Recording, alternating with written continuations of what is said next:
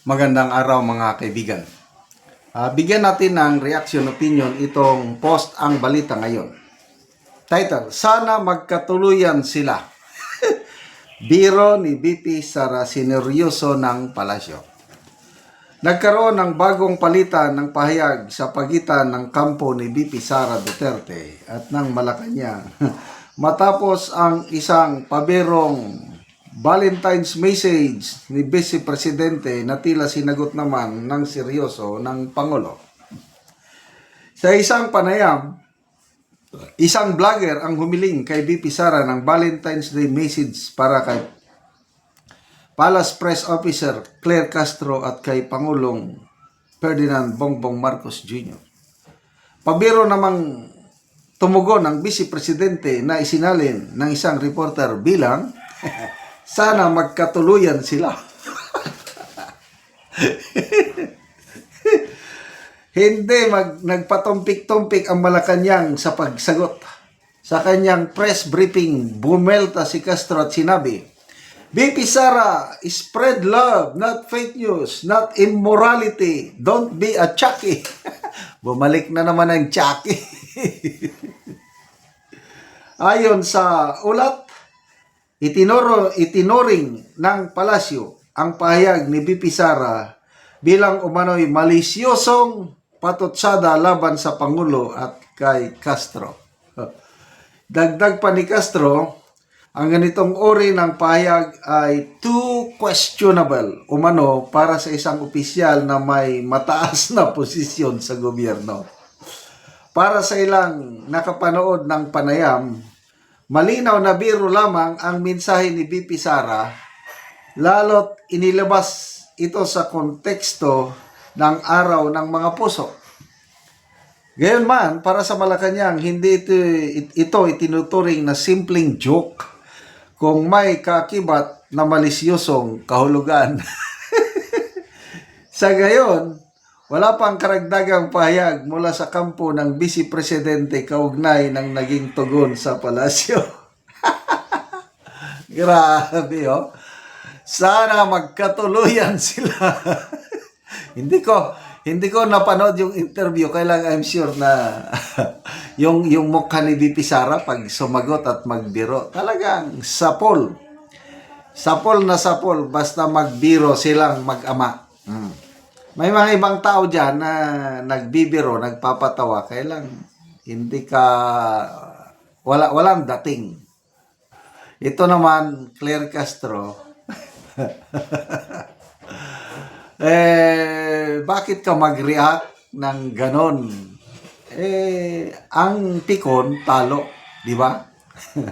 Ang pikon, talo. By the way, Happy Valentine's na lang in advance, mga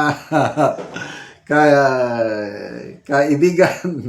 Nakakatawa naman itong ating Valentine's joke. Sana magkatuluyan. Anong ibig sabihin sa magkatuluyan? Ang dami na. Magkatuluyan kayo na hanggang 2028 as yung working relationship ninyo. Di ba magkatuluyan?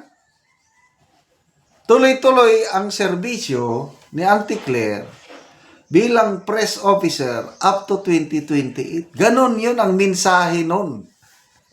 Sana magkatuluyan sila.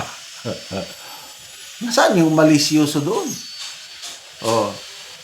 Tapos, spread love, not fake news. Paano naging fake news? Ang galing talagang mag-akusa si Auntie Claire ng fake news.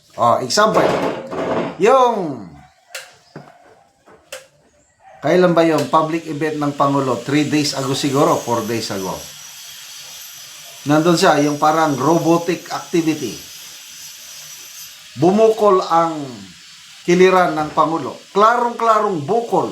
Parang may belt bag na nandun sa katawan ng Pangulo na natakpan ng kanyang barong.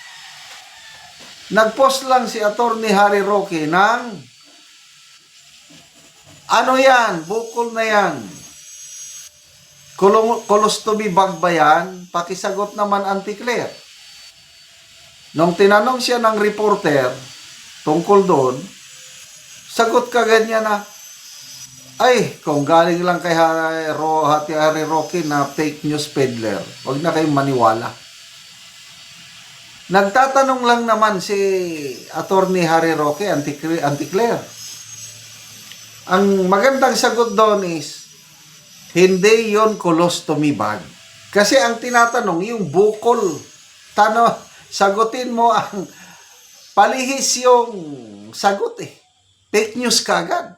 Paano maalis yung aming speculation na meron ng colostomy bag ang Pangulo dahil klaro nga bukol? Kung hindi yun colostomy bag, ano yun?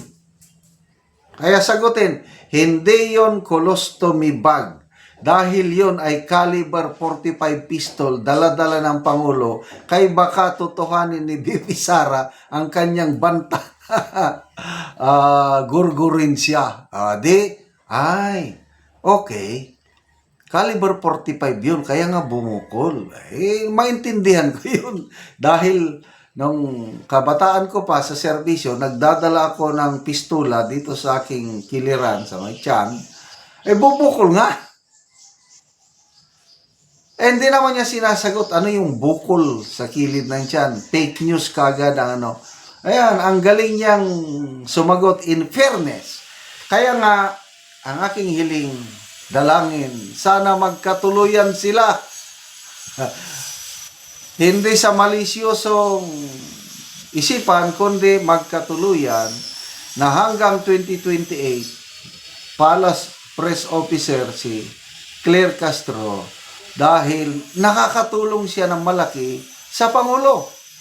In fairness, kung ano yung negative rating ni Pangulo ngayon, ang dahilan dyan,